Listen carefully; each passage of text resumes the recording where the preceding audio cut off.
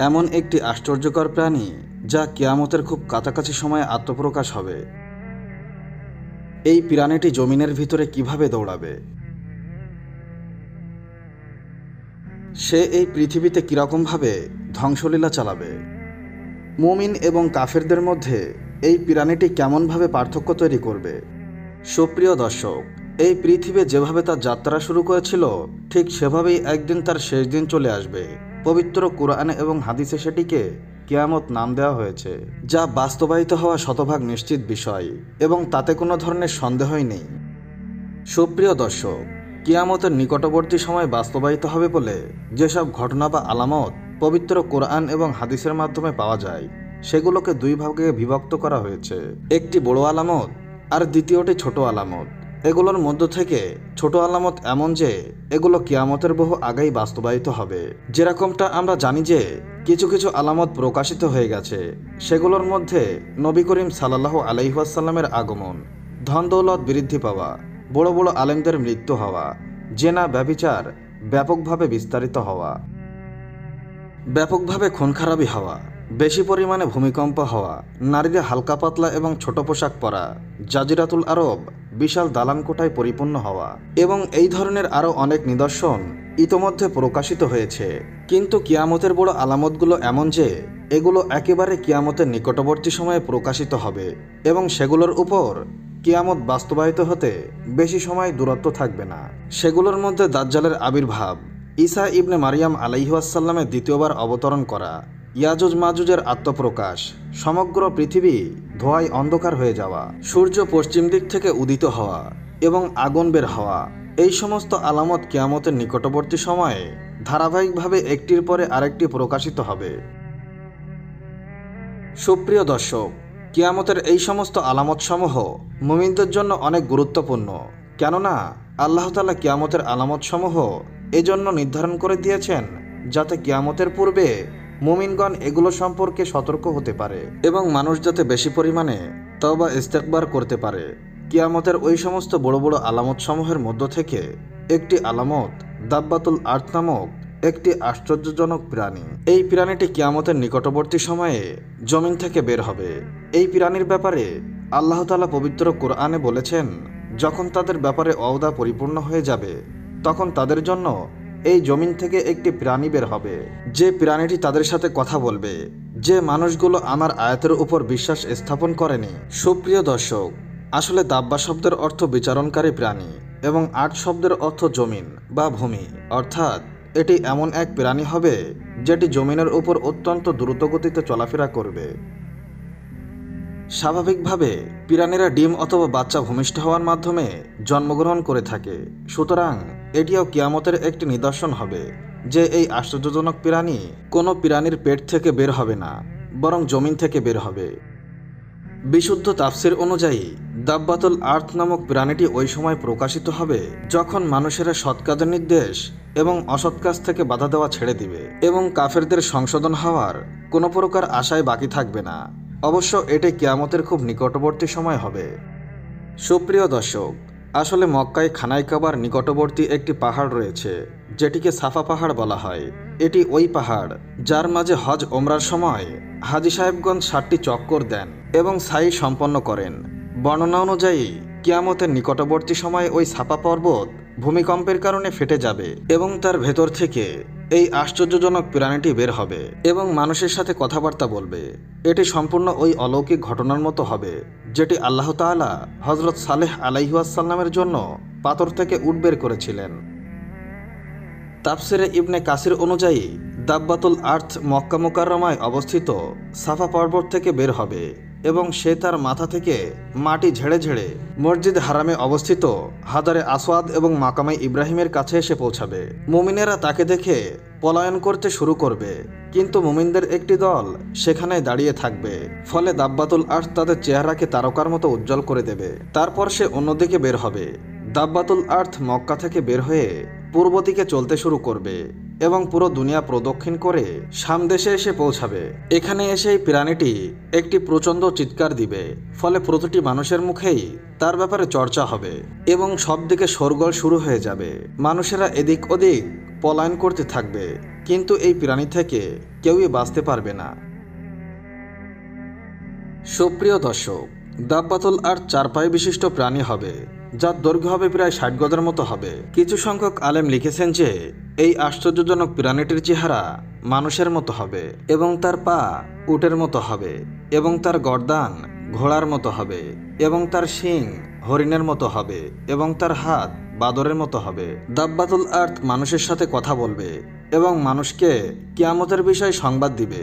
এই দাব্বাতুল আর্থ মুমিনদের চেহারায় একটি নুরানি চিহ্ন লাগিয়ে দিবে, যার কারণে মুমিনদের চেহারা উজ্জ্বল হয়ে যাবে এবং কাফেরদের চোখের মধ্যে একটি মোহর লাগিয়ে দিবে, যার কারণে তাদের চেহারা সম্পূর্ণ কালো হয়ে যাবে। যেরকমটা আল্লাহ তাআলা পবিত্র কোরআনে বলেছেন, হে অপরাধীরা, আজকের দিন তোমরা মুমিনদের থেকে আলাদা হয়ে যাও।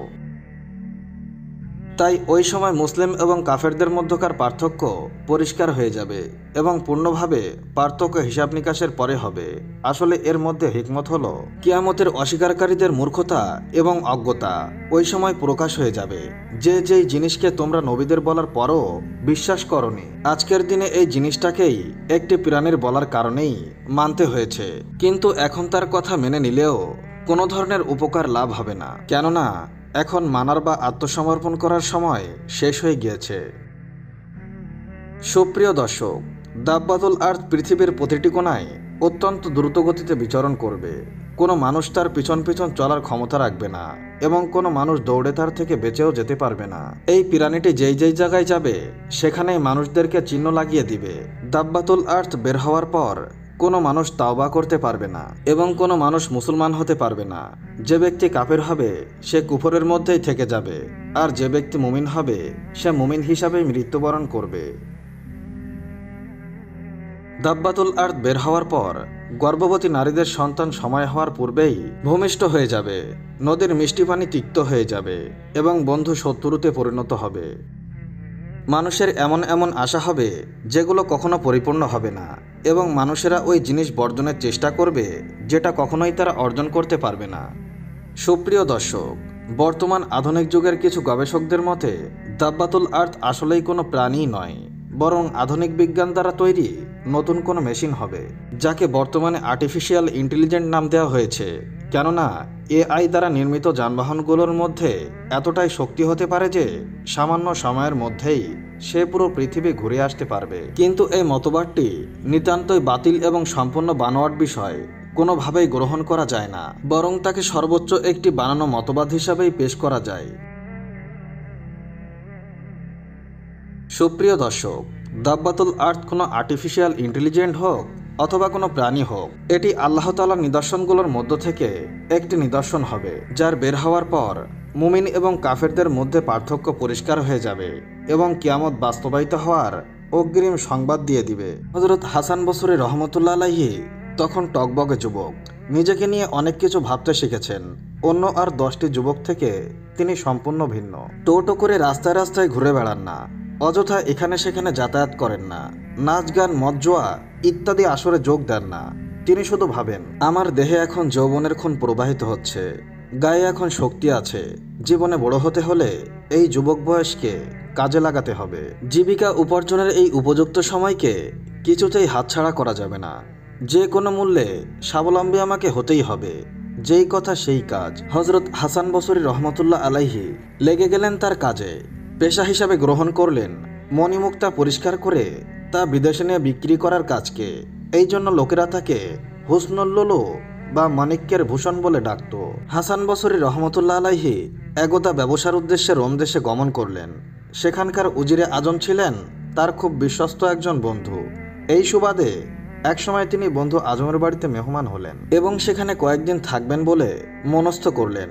হযরত হাসান বসরি রহমতুল্লাহ আলাইহি যতবারই রোমে এসেছেন সবসময় উজিরের মেহমান হয়েছেন, কারণ উজির তাকে জোর দিয়ে বলে রেখেছিলেন যে এদেশে আগমন করলে অবশ্যই তুমি আমার বাসার মেহমান হবে। বন্ধুর বাড়িতে মেহমান থাকা অবস্থায় হাসান বসরি রহমতুল্লাহ আলাইহি ঘরে বসে সময় কাটাতেন না, বরং উজির বন্ধুকে নিয়ে রোমের বহু জায়গায় ভ্রমণ করে প্রকৃতির নৈসর্গিক সৌন্দর্য উপভোগ করতেন, অর্জন করতেন প্রচুর জ্ঞান ও অভিজ্ঞতা। এই পর্যন্ত উভয় বন্ধু মিলে কত জায়গায় যে সফর করেছেন তার কোনো ইয়াত্তাই নেই। যাই হোক, প্রতিবারের ন্যায় এবারও দুই বন্ধুর মনে ভ্রমণের খ্বাহিশ জাগ্রত হলো। অবশ্যই ভ্রমণ সম্পর্কে এবার প্রথম কথা উঠালেন হজরত হাসান বসরি রহমতুল্লাহ আলাইহি। বললেন, বন্ধু, চলো না একটু ঘুরে আসি, অবলোকন করে আসি প্রকৃতির কোনো অপরূপ দৃশ্য। জবাবে উজির বললেন, হ্যাঁ, আমিও তাই ভাবছি। তবে এবার তোমাকে নিয়ে এমন এক ভ্রমণে যাব যা হবে অতীতের যে কোনো ভ্রমণ থেকে অধিক আনন্দদায়ক এবং ভিন্ন আমেজের। তাই নাকি? হ্যাঁ। তাহলে এবার ভ্রমণটা কোথায় হবে তা কি আমি জানার অধিকার রাখি? অবশ্যই। তাহলে বলে ফেলো। এই ভ্রমণ হবে জঙ্গলে। জঙ্গলে? সেখানে কি ভ্রমণ হবে, নাকি আমাকে সিংহের খোরাক বানাবে? আরে বন্ধু, সিংহের খোরাক বানাতে নয়, বরং তোমাকে সেখানে নেব একটি আশ্চর্যজনক জিনিস দেখাতে। উজিরের মুখে মুচকি হাসি। কি সেই আজীব বস্তু যা আমাকে দেখাতে চাও? আগে বলা যাবে না। কেন? আগে বলে ফেললে দেখার মজাটাই শেষ হয়ে যাবে। তবে ভূমিকা স্বরূপ সামান্য বলে রাখি, তাড়াতাড়ি বলো। যে জঙ্গলে তোমাকে নিয়ে যাব সেখানে শাহানশাহর একমাত্র পুত্র চিরনিদ্রায় শায়িত রয়েছে। বুঝলাম, সেখানে বাদশাহ পুত্রের কবর আছে। তাই বলে কবর তো এমন কোনো আজীব জিনিস নয়, ঘটা করে তা দেখতে যেতে হবে। আরে ভাই, আগে যাও না, যেই সব বুঝতে পারবে। দুই বন্ধু রওনা দিল। তারা যখন বাদশাহ পুত্রের সমাধির কাছে পৌঁছালো তখন হজরত হাসান বসরি রহমতুল্লাহ আলাইহি এমন এক অভাবনীয় দৃশ্য দেখলেন যা একদিকে যেমন আশ্চর্যজনক তেমনি অন্যদিকে দারুণ শিক্ষণীয় বটে। তিনি দেখলেন কবরের চারপাশে বেশ কিছু সৈনিক নীরবে দাঁড়িয়ে আছে। তারপর রোমান ভাষায় কি যেন বলে চলে গেল। সৈনিকরা চলে যাওয়ার পর সেখানে এলো দেশের বিখ্যাত চিকিৎসক এবং বিভিন্ন অভিজ্ঞতা সম্পন্ন বৃদ্ধ লোকজন। তারাও কি যেন বলে ধীরে ধীরে প্রস্থান করলেন। সবশেষে এলেন স্বয়ং শাহানশাহ। তিনি সমাধিস্থলের একেবারে কাছে গেলেন এবং কিছুক্ষণ নীরবে দাঁড়িয়ে রইলেন। তারপর কবরবাসীকে লক্ষ্য করে কিছু বলে চলে এলেন। এই দৃশ্য অবলোকন করে হজরত হাসান বসরি রহমতুল্লাহ আলাইহি তার বন্ধুকে বললেন, বন্ধু, এতক্ষণ আমার সামনে যা কিছু ঘটল তা শুধু চোখেই দেখলাম, মাথামুন্ডু তো কিছুই বুঝতে পারলাম না। কিছুই বুঝলে না? না। তাহলে শোনো, ওই যে রং বেরঙের ফুল এবং আলো দ্বারা সজ্জিত স্থানটি, এটাই হলো শাহজাদার সমাধিস্থল। গত কয়েক বছর আগে আজকের এই দিনে হঠাৎ করে শাহজাদার ইন্তেকাল হলে এখানেই তাকে সমাধিত করা হয়। সেই থেকে প্রতি বছর হাজার হাজার লোক শাহজাদার ইন্তেকালের তারিখে এখানে সমবেত হয়। তারপর তারা তার জন্য শোক প্রকাশ করে। আচ্ছা, সেটা তো বুঝলাম। এখন বলো, শাহজাদার সমাধির পাশে দাঁড়িয়ে ওরা কি বলে গেল? হ্যাঁ, অবশ্যই বলবো। সেটা না বললে তো আজকের এই ভ্রমণটাই মাটি হয়ে যাবে। তাহলে নিশ্চয়ই কোনো গুরুত্বপূর্ণ কথা হবে। নিশ্চয়ই গুরুত্বপূর্ণ কথা, না হলে কি তোমাকে এত দূরে এনে কষ্ট দেই? আমার আর দেরি সহ্য হচ্ছে না, তাড়াতাড়ি বলো। হ্যাঁ, বলছি, বলে উজির বলতে লাগলেন। মৃত শাহজাদাকে উদ্দেশ্য করে সৈনিকরা বলল, হে আমার প্রিয় শাহজাদা, তোমার জন্য আমাদের বুকে কি পরিমাণ ভালোবাসা আছে তা ভাষায় প্রকাশ করা সম্ভব না। তোমার মোহাব্বত এবং ভালোবাসা মিশে আছে আমাদের প্রতি রক্ত পরিকার সঙ্গে। তোমার অকাল মৃত্যুতে আজ আমরা শোকাহত, ব্যথিত। তোমার জন্য আমাদের মন কাঁদে, প্রাণ কাঁদে। তোমার কথা স্মরণ হলে আমরা নিজেদের অস্তিত্বের কথা ভুলে যাই। হে আমাদের প্রাণপ্রিয় শাহজাদা, যদি তোমাকে যুদ্ধের ময়দানে লড়াই করে মৃত্যুর হাত থেকে বাঁচানো সম্ভব হতো, তাহলে একে একে এদেশের বীর সৈনিকগণ তোমার জন্য নির্দ্বিধায় প্রাণ উৎসর্গ করত। কিন্তু আল্লাহর সঙ্গে যা যুদ্ধ করা সম্ভব নয়, আর মৃত্যু হয় তারই ইচ্ছায়। দ্বিতীয় পর্যায়ে যারা এসেছিলেন তারা কারা? তাদের বক্তব্যই বা কী ছিল? হজরত হাসান বসরি রহমতুল্লাহ আলাইহি জিজ্ঞেস করলেন। জবাবে উজির বললেন, তারা ছিলেন দেশের জ্ঞানীগুণী এবং অভিজ্ঞ ডাক্তার। তারা বললেন, হে বাদশাহ পুত্র, তোমার মতো যুবকের খুবই প্রয়োজন ছিল আমাদের। তোমাকে হারিয়ে আমরা দারুণ শূন্যতা অনুভব করছি। শোনো, অভিজ্ঞতা, বিদ্যাবুদ্ধি ও ওষুধপত্রের মাধ্যমে যদি মৃত্যু ঠেকানো সম্ভব হতো তাহলে আমরা অবশ্যই তা করতাম। আমরা আমাদের চেষ্টায় মোটেও ত্রুটি করতাম না। কিন্তু জীবন মরণ সবই তো আল্লাহ পাকের হাতে, এখানে মানুষের কোনো হাত নাই। তাই তোমাকে ধরে রাখার শত ইচ্ছা থাকলেও আমরা তা পারিনি। সবশেষে যিনি এসেছিলেন তিনি তো নিশ্চয়ই বাদশাহ হবেন। কি বলো বন্ধু, আমার অনুমানটা কি ঠিক? হ্যাঁ, তুমি ঠিকই ধরেছ। তিনি কি বলে গেলেন? তিনি বললেন, হে আমার প্রিয় বৎস, তোমার জন্য আমার নিখাত ভালোবাসা ছিল। তোমাকে বাঁচিয়ে রাখার জন্য আমি কম চেষ্টা করিনি। যদি আমার প্রাণের বিনিময়ে তোমাকে বাঁচিয়ে রাখা সম্ভব হতো তবে তাই করতাম। কিন্তু একথা দুর্বসত্য যে মৃত্যুর সময় হলে ইচ্ছায় অনিচ্ছায় সবাইকেই চলে যেতেই হয়। দুনিয়ার কোনো শক্তিই তাকে আটকাতে পারবে না, পারে না তার পিতামাতা, মৃত্যুর ডাক এসে গেলে দুনিয়ার মায়া ত্যাগ করেই চলে যেতে হয়। শত চেষ্টা করেও মৃত্যুর সময় 1 সেকেন্ড এদিক ওদিক করা যায় না। শোনো বৎস, মৃত্যু এমন এক নিষ্ঠুর নাম যা সাদা কালো, ধনী গরিব, রাজা প্রজা, শিক্ষিত অশিক্ষিত কিংবা চিকন মোটার ভেদাভেদ মানে না। নির্দিষ্ট সময়ে খেলা শেষ করেই ক্ষান্ত হয়। বাদশাহ আরও বললেন, হে আমার কলিজার টুকরা, হৃদয়ের মণি, আগামী বছরের আজকের এই দিন পর্যন্ত তোমার প্রতি আমার সালাম। তখন তোমার সাথে আবার দেখা হবে। কথা শেষ করে হজরত হাসান বসরি রহমতুল্লাহ আলাইহিকে লক্ষ্য করে উজির বললেন, বন্ধু, এবার সবকিছু বুঝলে তো? হ্যাঁ, সবকিছু সুন্দর করে বুঝেছি, কিন্তু আবার কি? কোথাও বুঝে না থাকলে বলো, আবার তোমাকে বুঝিয়ে দেব। না ভাই, সবকিছুই ঠিকমতো বুঝেছি, আর বুঝেছি বলেই আমার এখন চিন্তার সময় এসেছে। বন্ধু, আমার ভেতরটা জানি কেমন যেন লাগছে, আমাকে একটু ভাবতে দাও, একটু একাকী থাকতে দাও। ঠিক আছে ভাই, আমি এক্ষুনি তোমার থেকে আলাদা হয়ে যাচ্ছি, তুমি একা থাকো আর চিন্তা করো। এই বলে তিনি বেশ কিছু দূর গিয়ে বসলেন। হজরত হাসান বসরি রহমতুল্লাহ আলাইহি এখন সম্পূর্ণ একা, তার সাথে কেউই নেই। গভীরভাবে চিন্তা করার জন্য এই পরিবেশই খুঁজছিলেন তিনি ভাবতে লাগলেন, সত্যিই তো মৃত্যু এমন এক ভয়ানক জিনিস যা কাউকেই রেহাই দেয় না। সে অত্যন্ত নিষ্ঠুরভাবে প্রত্যেকের ভবলীলা সঙ্গ করে দেয়। প্রবল প্রতাপশালী ব্যক্তিকেও সে মুহূর্তের মাঝে নিস্তেজ করে ফেলে, কেড়ে নিয়ে যায় আপনজনের কাছ থেকে। কোনো শক্তিই তাকে বাধা দিতে পারে না। তাই তো রোমের শাহানশাহের মতো প্রচণ্ড দাপতলা বাদশার ছেলেকেও মরণের ডাকে সাড়া দিতেই হয়েছে। তাকে কোনো ক্ষমতা বা শক্তির বলে আটকে রাখা সম্ভব হয়নি। তবে তো আমাকেও একদিন চলে যেতেই হবে, সাড়া দিতেই হবে মৃত্যুর ডাকে। তারপর তিনি নিজেকে সম্বোধন করে বললেন, হে হাসান, তুমি নিজেকে নিয়ে একটু ভাবো, চিন্তা করো। তুমি তো একসময় কিছুই ছিল না তোমার অস্তিত্ব। তারপর আল্লাহ পাক তোমাকে অস্তিত্ব দিলেন, একটা নির্দিষ্ট সময় পর্যন্ত মায়ের পেটে রেখে দুনিয়ায় পাঠালেন। হে হাসান, দুনিয়াতে এসে দুনিয়ার আলো বাতাস আর সুস্বাদু খানাপিনা খেয়ে তুমি বড় হলে। এখন তুমি পূর্ণ যুবক, তোমার গায়ে এখন প্রচুর শক্তি আছে। তুমি এখন যা ইচ্ছে তাই করতে পারো। ইচ্ছা করলে একদিনেই তুমি পরমপ্রিয় মাওলাকে রাজি খুশি করতে পারতে তাকে একান্ত আপন করে নিতে। তুমি তা করনি। তাকে বন্ধু বানানোর জন্য কোনো ফিকির করনি। তার প্রিয় পাত্র হওয়ার জন্য কোনো চেষ্টা চালাওনি। হে হাসান, তবে কি তোমাকে মরতে হবে না? তুমি কি মৃত্যুর কথা একদম ভুলে গেছো? তুমি কি ভুলে গেছো তোমাকে একদিন হাসরের ময়দানে কোটি কোটি মানুষের সামনে দাঁড়িয়ে মহান আল্লাহর দরবারে গোটা জীবনের পুঙ্খানুপুঙ্খ হিসাব দিতে হবে? হে হাসান, তুমি যদি তোমার জীবনকে এখনই সুন্দর করে না তোলো, আল্লাহর বিধিবিধান মোতাবেক যদি জীবনকে পরিচালিত না করো, রসুলের তরিকা অনুযায়ী না চলো, তাহলে কিয়ামতের দিন খোদার সামনে দণ্ডায়মান হয়ে তুমি কি জবাব দিবে? তখন তোমার আফসোস করা ছাড়া আর কিছুই থাকবে না। সুতরাং যা করার এখনই করে নাও। এখনো তুমি প্রতিজ্ঞা করো যে আমি আর আমার জীবনকে আর আমার মর্জি মতো পরিচালিত করব না, বরং আল্লাহ তার রাসূল সাল্লাল্লাহু আলাইহি ওয়াসাল্লামের তরিকা অনুযায়ী জীবনযাপন করব। তাদের ইচ্ছার বাইরে একটি কাজ করব না। তারা যা করতে বলেছেন কেবল তাই করব। তারা যা করতে বারণ করেছেন তা থেকে বিরত থাকব। হে হাসান, পরকালের সম্বল তৈরি করার এখনই উপযুক্ত সময়। তুমি সাবধান হয়ে যাও, তুমি হুঁশিয়ার হয়ে যাও, এখনো সময় আছে। অতীতের সকল গুনাহের জন্য খাঁটি দিলে তওবা করে আল্লাহর দিকে ফিরে এসো। সেদিনের পর থেকে সত্যি সত্যি হজরত হাসান বসরি রহমতুল্লাহ আলাইহি খালেস তওবা করে নিজেকে সঁপে দিলেন আল্লাহর পথে, বদলে ফেললেন তার জীবনের গতিপথ। সুতরাং সেদিন থেকেই শুরু হয় তার নতুন জীবন, শুরু হয় জীবনের সকল অগ্রযাত্রা।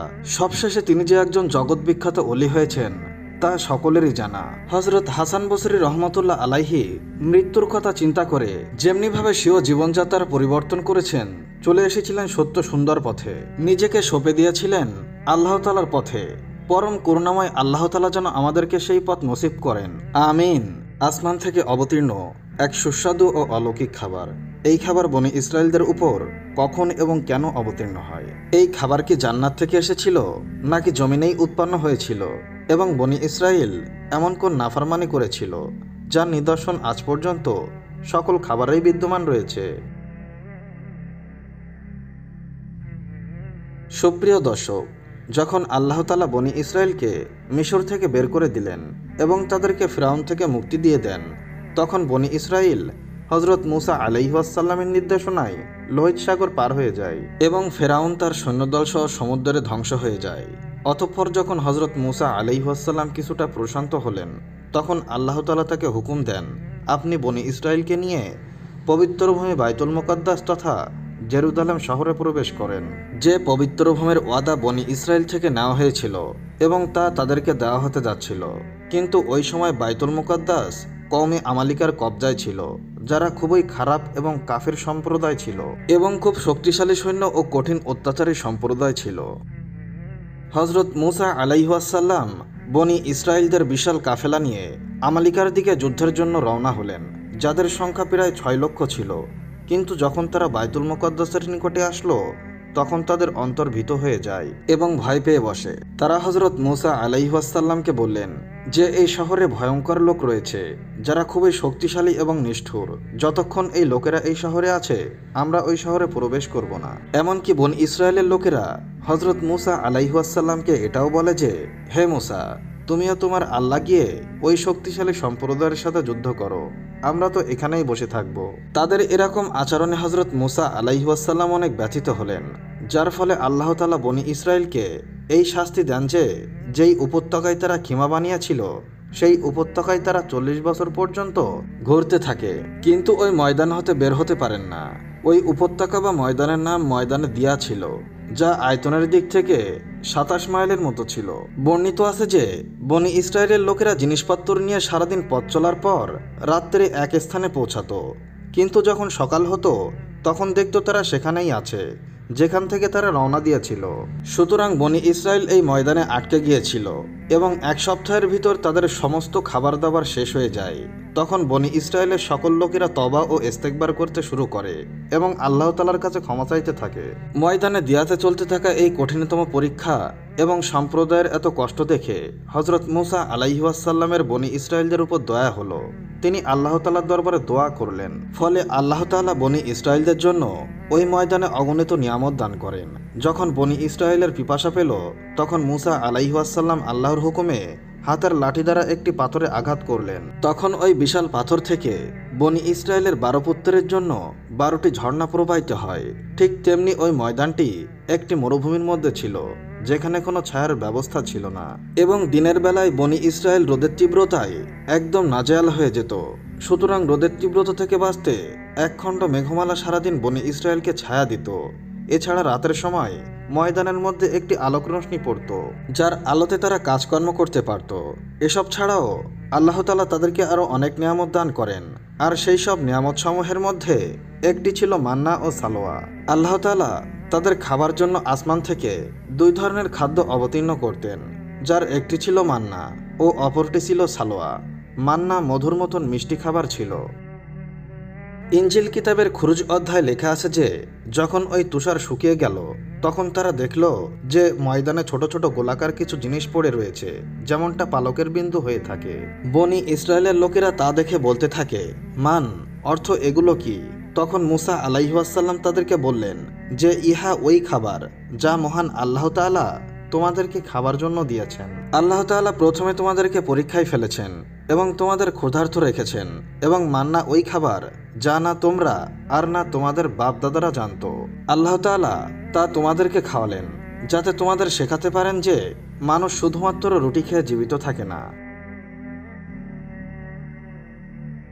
মান্না মূলত তুষারের ন্যায় ছিল, যার স্বাদ মধুর মতোই মিষ্টি ছিল। এগুলো সেখানকার ডালপালাতেই জমা হয়ে যেত এবং বনি ইসরায়েলরা প্রতিদিন সকালে তা কুড়িয়ে খেয়ে নিত, এবং তা প্রত্যেক ব্যক্তির জন্য প্রায় 4 কেজি পরিমাণে অবতীর্ণ হতো। যে ব্যক্তি ওই সময় ঘুমিয়ে থাকতো, ওই দিনের খাবার হতে বঞ্চিত থাকত। এবং সালোয়া এক প্রকারের পাখি ছিল, যাকে কোয়েল বলা হয়। যখন বিকালবেলা উত্তর থেকে বাতাস প্রবাহিত হতো, তখন ওই পাখিরা ঝাঁকে ঝাঁকে উড়ে এসে বনি ইসরায়েলদের তাঁবুর কাছে এসে বসে যেত, এবং লোকেরা তাদেরকে সহজেই শিকার করে ফেলত এবং ভুনা করে খুব মজা করে খেত। মান্না ও সালোয়া এমন খাবার ছিল যা খুব সহজেই হজম হয়ে যেত, এবং ওই খাবার রং, স্বাদ ও ঘ্রাণে অতুলনীয় ছিল। এছাড়া বনি ইসরায়েলদের জন্য আল্লাহ তাআলার এমন একটি নিয়ামত এটাও ছিল যে তাদের চুল ও নখ লম্বা হতো না, এবং তাদের কাপড়ও নষ্ট হতো না, এমনকি তাদের কাপড়গুলো ময়লাযুক্ত হতো না। আর যেই বাচ্চাদের জন্ম হতো তাদের শরীরের কুদরতি পোশাক থাকতো, আর তাদের শরীরের সঙ্গে সঙ্গে তাদের পোশাকও বড় হতে থাকতো। এমনিভাবে বনি ইসরায়েল দিয়া উপত্যকায় মান্না, সালাওয়া এবং পানির নহর নিয়ে খুব সুন্দরভাবে তাদের জীবনযাপন কাটাতে লাগলো। হযরত মূসা আলাইহিস সালাম তাদেরকে হুকুম দিয়েছিলেন যে প্রত্যেক দিনই তোমরা মান্না সালাওয়া খেয়ে নিবে, আগামীকালের জন্য একদম রাখা যাবে না। কিন্তু কিছু মানুষের ভয় হতে লাগলো, যদি কোনো কারণবশত কোনোদিন মান্না এবং সালাওয়া না আসে তাহলে আমরা এই সমতল উপত্যকায় মারা যাব। এই জন্য এই মানুষদের মধ্য থেকে কিছু মানুষ মান্না এবং সালাওয়াকে আগামী দিনের জন্য রেখে দিল। ফলে আল্লাহর নবীর নির্দেশ অমান্য করার জন্য বনি ইসরায়েলদের এমন দুর্দশা হলো যে তারা আগামী দিনের জন্য যে খাবারগুলো রেখেছিল সবকিছু পচে গেল এবং পোকায়ও ধরে গিয়েছিল। এমনকি পরবর্তী সময় মান্না সালাওয়া জমিনে আসা বন্ধ হয়ে যায়। এই বিষয়ে নবী করিম সাল্লাল্লাহু আলাইহি ওয়াসাল্লাম ইরশাদ করেছেন, যদি বনি ইসরায়েল সম্প্রদায় না হতো তাহলে কোনোদিন খাবার নষ্ট হতো না এবং কোনো গোশতও পচে যেত না। কেননা খাবার নষ্ট হয়ে যাওয়া এবং গোশত পচে যাওয়া সর্বপ্রথম তাদের থেকে শুরু হয়েছিল। তাদের আগে কখনোই খাবার নষ্ট হতো না এবং গোশতও পচে যেত না। সুপ্রিয় দর্শক, বনি ইসরায়েল ছাড়াও পৃথিবীর অন্যান্য জাতির কিতাবগুলোতে এবং অন্যান্য ধর্ম কিংবা মাযহাবের কিতাবগুলোতে আকাশ থেকে খাবার নেমে আসার বিবরণ পাওয়া যায়। বৌদ্ধ ধর্মের মতবাদ অনুসারে যখন এই পৃথিবীর এক চক্কর সমাপ্ত হয় তখন আসমান থেকে খাবার বর্ষণ হতে থাকে। এমনকি হিন্দু মতবাদে পুরাণ ঋগ্বেদ এবং অর্থবোধেও মেঘমালা থেকে মধু বর্ষণ হওয়ার উল্লেখ পাওয়া যায় এবং প্রাচীন গ্রিকদের মতবাদেও এমন একটি আসমানি খাবারের উল্লেখ পাওয়া যায় যার স্বাদ মধুর মতোই ছিল। আর ওই মধু যখন কোনো নদীর উপর বর্ষণ হতো তখন তার রং দুধের মতো সাদা হয়ে যেত। সুপ্রিয় দর্শক, আমরা এই ভিডিওতে দেখতে পেলাম আল্লাহ তাআলা বনি ইসরায়েলদের মুক্তির জন্য সর্বপ্রথম সমুদ্র তীরে রাস্তা করে দিয়েছিলেন এবং দিয়া উপত্যকাতে তাদের জন্য মেঘমালার ছায়ার ব্যবস্থা করেছিলেন এবং তাদের পান করার জন্য সমতল ও বসবাস অনুপযোগী ময়দানেও ঝর্ণা প্রবাহিত করেছিলেন এবং খাবারের জন্য আকাশ থেকে মান্না ও সালোয়ার ব্যবস্থা করেছিলেন। কিন্তু এই সমস্ত শান্তির ব্যবস্থা থাকা সত্ত্বেও বনি ইসরায়েলদের অবাধ্য মানুষেরা আল্লাহর উপর ভরসা করতে পারেনি। তারা আল্লাহ তাআলার অলৌকিক ক্ষমতা নিজের চোখে দেখেছিল, কিন্তু তারপরেও তারা সেই খাবারকে আগামী দিনের জন্য মজুত করেছিল। আর এটি ঠিক এমনভাবে যখন আমরা কোনো মুসিবতে পড়ে যাই তখন আমরা এটা মনে করতে পারি না যে আল্লাহ তাআলা এর আগে আমাদের জন্য কি কি করেছিলেন এবং আমাদেরকে কতগুলো নিয়ামত দান করেছিলেন। আমরা এই সময়ে শুধুমাত্র এটিই দেখে থাকি আমরা এখন মুসিবতের ভেতরে পড়ে আছি। আসলে আমাদের সামনে যত বড়ই মুসিবত আসুক না কেন আমাদেরকে এটা মনে রাখতে হবে এই মুসিবতের চেয়ে বড় সর্বশক্তিমান আল্লাহ তাআলা। তার উপর যদি বিশ্বাস করা যায় তবে তার জন্য কোনো কাজই অসম্ভব নয়। এমনিভাবে রিজিকের জন্য আমাদের পেরেশানি হওয়ার কোনো দরকার নাই। যারা আল্লাহ তাআলার উপর ভরসা করেন তাদেরকে তিনি নিজের গায়েবী খাজানা থেকে বেহিসাবি রিজিক দান করেন।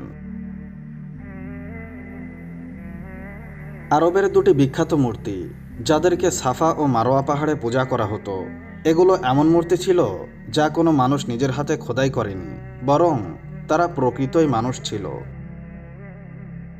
তারা কাবার ভিতর কি এমন অপরাধ করেছিল যার কারণে আল্লাহ তাআলা তাদেরকে এমন ভয়াবহ শাস্তি দিয়েছিলেন যা মানবজাতির জন্য শিক্ষার নিদর্শন হয়ে উঠেছে।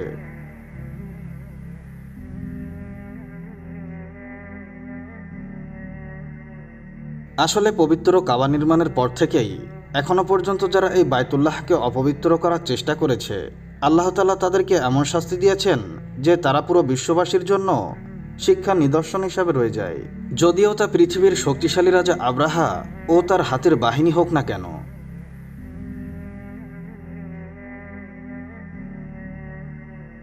এছাড়াও ইতিহাসে এমন অনেক ঘটনা রয়েছে যে যারা পবিত্র কাবাকে অপবিত্র করেছে আল্লাহ তাআলা তাদেরকে যন্ত্রণাদায়ক শাস্তি দিয়ে ধ্বংস করেছেন। তাদের মধ্য থেকে ইসাফ ও নাইলা অন্যতম উদাহরণ।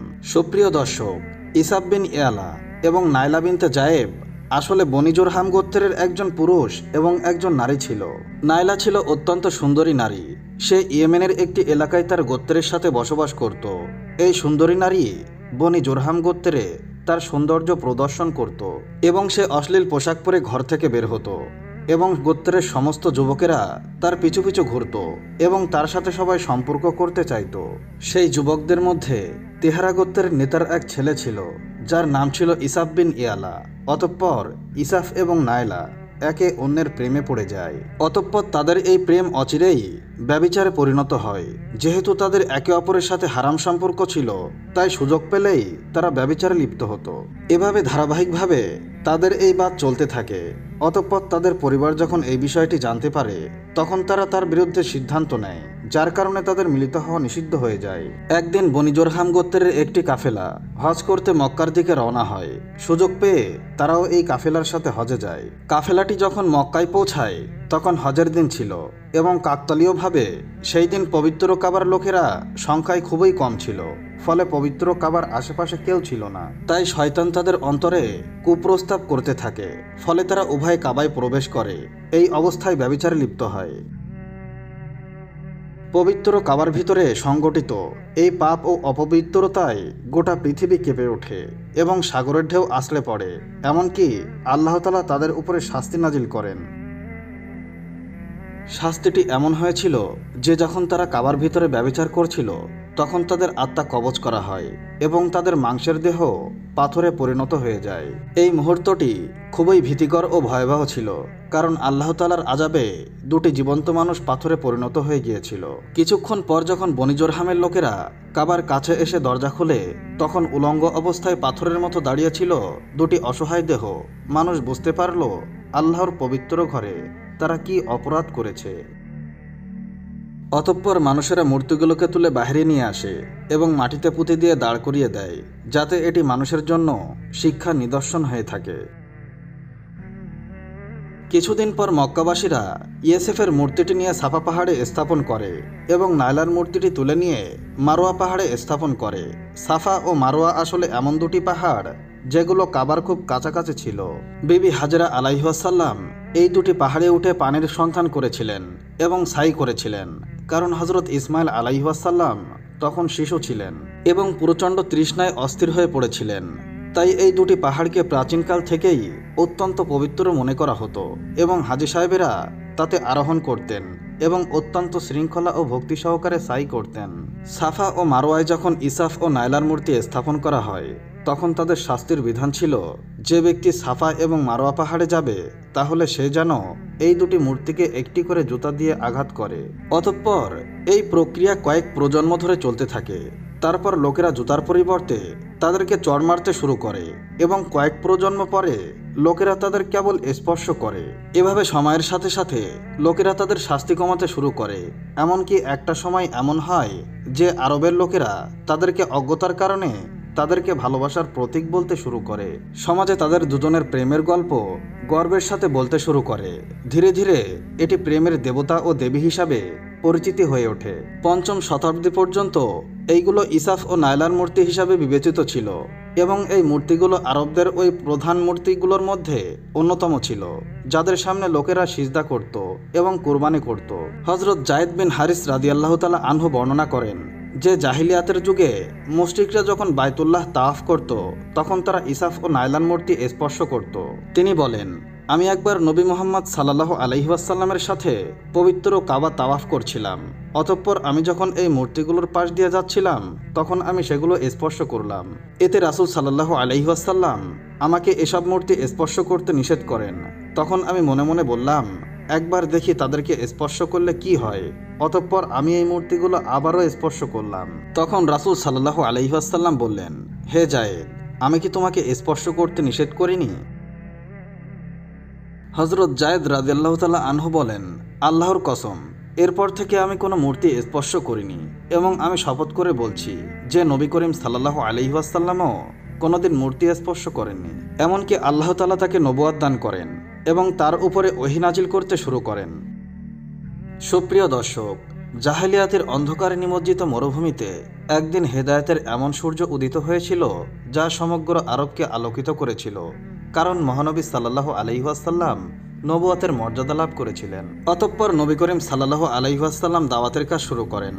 দশম হিজরিতে যখন আল্লাহ তাআলা আরবে ইসলামকে প্রাধান্য দেন এবং মুহাম্মদ সাল্লাল্লাহু আলাইহি ওয়াসাল্লাম মক্কানগর জয় করেন, তখন তিনি হারাম শরীফে প্রবেশ করেন এবং তার ভাই আলী রাদিয়াল্লাহু তাআলা আনহুকে সাথে নিয়ে ছোট বড় সমস্ত মূর্তি ভেঙে ফেলেন। তিনি মূর্তিগুলো ভাঙতেন আর বলতেন, সত্য এসেছে, মিথ্যা বিলুপ্ত হয়েছে, প্রকৃতপক্ষে মিথ্যা বিলুপ্ত হতেই হবে। ফলে কাবা শরীফ সমস্ত মূর্তি থেকে পবিত্র হয়ে যায়। অতঃপর তিনি সাফা ও মারোয়া পাহাড়ে সফর করেন এবং পবিত্র হাতে ইসাফ ও নাইলার মূর্তিটি ভেঙে দেন।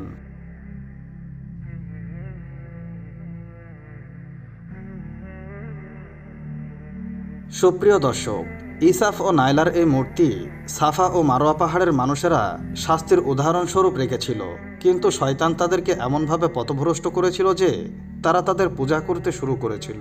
শুধু তাই নয়, যারা কাবার ভেতরে ব্যভিচারের মতো জঘন্য অপরাধে সংগঠিত করেছিল, লোকেরা এই অপরাধকে গর্বের সাথে বর্ণনা করতে শুরু করেছিল।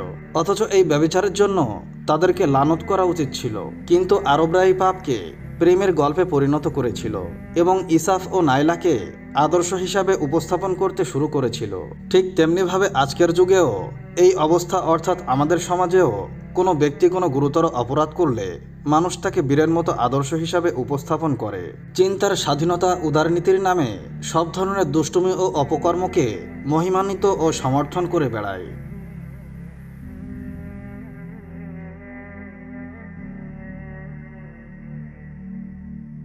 সুপ্রিয় দর্শক, মহান আল্লাহ তাআলার কাছে আমরা প্রার্থনা করি তিনি যেন আমাদেরকে সকল প্রকার অনিষ্ট ও প্রলোভন থেকে রক্ষা করেন এবং শয়তানের কুমন্ত্রণা ও কৌশল থেকে আমাদেরকে হেফাজত করেন।